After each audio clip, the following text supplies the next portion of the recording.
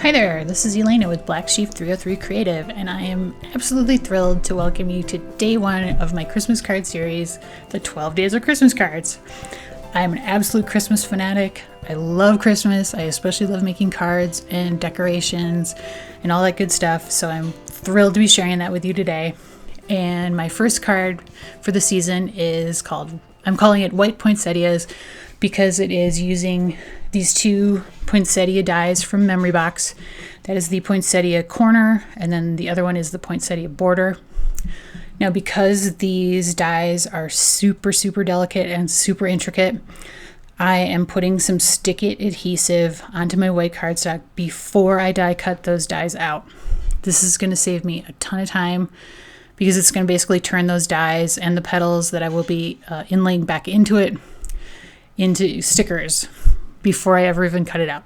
And believe me, I learned from experience that this is a great thing to do, especially with dies that are this detailed and this delicate.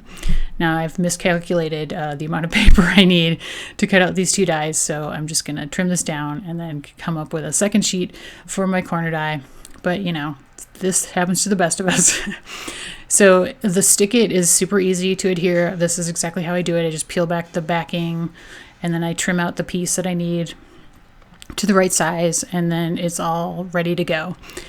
Stick It is a super thin adhesive, and it works great on dies. Now, I did emboss the background that I use for the poinsettias out of that We Are Memory Keepers embossing folder. And now I am just taking the die, like very carefully, trying to get the petals out of the die first. So because I'm going to inlay the petals back in, I want to keep the petals for each flower together. I learned this the hard way as well. It can be very time consuming on the back end to try to inlay those petals if you don't know which ones go with which flower. So it does save a whole lot of time to just be a little bit slower in the beginning and keep them all together for each flower so that you know which one goes where on the back end when you're inlaying the back end. So again, here I am trying to do the same thing, just keep them together. So if you're going to do something like this, or you even have this die, that would be my advice. Keep the petals together because it will save you a tremendous amount of time in the end. Now, this border die, I do trim one of the poinsettias off and turn it at a 90-degree angle to create a corner. Sorry, I got off camera here a little bit, but I'm just trimming off sort of the vine bits that are hanging out from cutting it apart. And then here you can see how I turn it at a 90 degrees to make a second corner. And there I am keeping my petals together, and I've even taken the time to figure out which petal goes where, as you can see, by feeding it back into the die a little bit.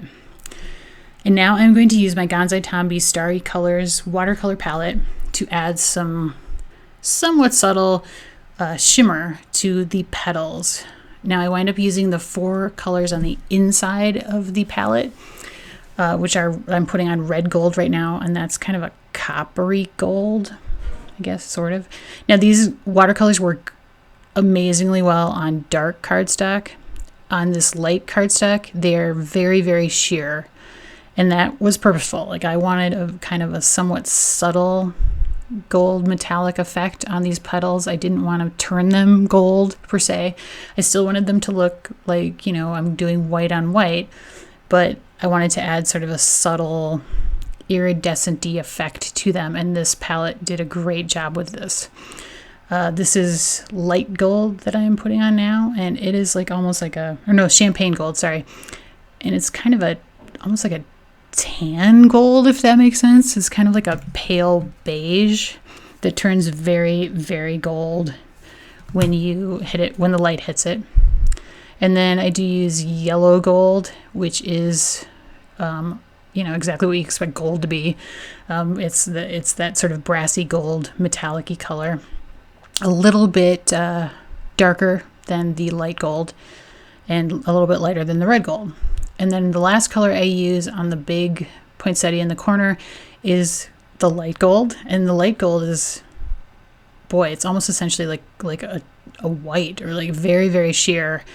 And then when the light hits it, it's a very gold, like a classic gold. So now I've adhered down most of the elements because that's probably the most time consuming part of this card, is just adhering down, especially the petals, getting the petals fed back into the outline die. And if I had better fingernails, I'd be able to get that apart quicker. It's actually really easy to peel apart. For some reason on this, my nails just didn't want to work since I don't really have any. And here you can see it's just a matter of basically sticking it down. And it doesn't stick until you really press it down. So I'm pressing it there with my finger. And that's kind of a nice thing about this. It makes it a little bit repositionable. Now you'll see here with this poinsettia, which this is the only one in these that is connected. I don't have it set up for the right position at first, so I have to kind of mess around with it a little bit. And this adhesive allows you to do that. It allows you to kind of stick it down and then peel it up. And it's not until you've really pressed it, like I'm doing there, that it actually adheres down. Now, I wanted to show you a couple of the petals just to reinforce the idea that it's a great idea to keep the petals together. So each flower's petals, if you have them at least down to like which flower they go in, it saves you a lot of time when inlaying them back in. So I would encourage you to do that. But again, with the stick it, it's really, really easy to do. So to kind of dress up the die outline, I guess I'll call it, I used my Stardust Jelly Roll marker in clear to outline the vines and the leaves. And then there are also little holly berries and little flowers on the outline. And so I used this Prismacolor gold marker to just dot on a little bit of the gold onto those flowers and those little berries. And it kind of, again, highlights the outline die and adds that metallic-y sheen to it. For my greeting, I actually used my Silhouette Cameo and I cut out the greeting. Oh no, I've backed the card. Sorry, I backed the card there on an A2 top folding gray cardstock, card base. And then my greeting was, again, cut out with the Silhouette Cameo. I cut it out 5 times and then I adhered it together 4 times. And now the top layer I am turning gold using that same Prismacolor gold marker. Now this marker is super, super wet and juicy, so you do need to let it dry and you will get fingerprints on it if you touch it too much while it's too wet.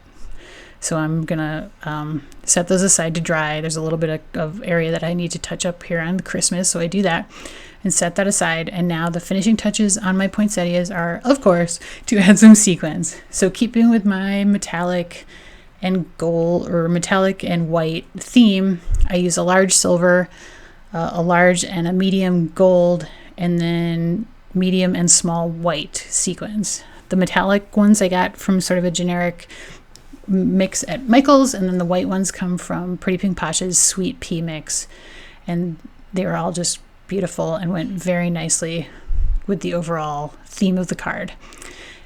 So here you can see, as I mentioned, I put the stick it on the back of, or did I mention that? I don't know. But I did use stick it on the back of my paper when I cut it out in the Silhouette Cameo.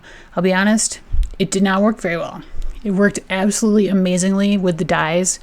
The silhouette could not cut through it very well. So I would not use it again in my silhouette because I had to do quite a bit of surgery to kind of get it all apart. But, you know, it worked well enough. But I think in the future, if I were going to do it again, I would just use some glue pen to get the greetings to stick together and stick down.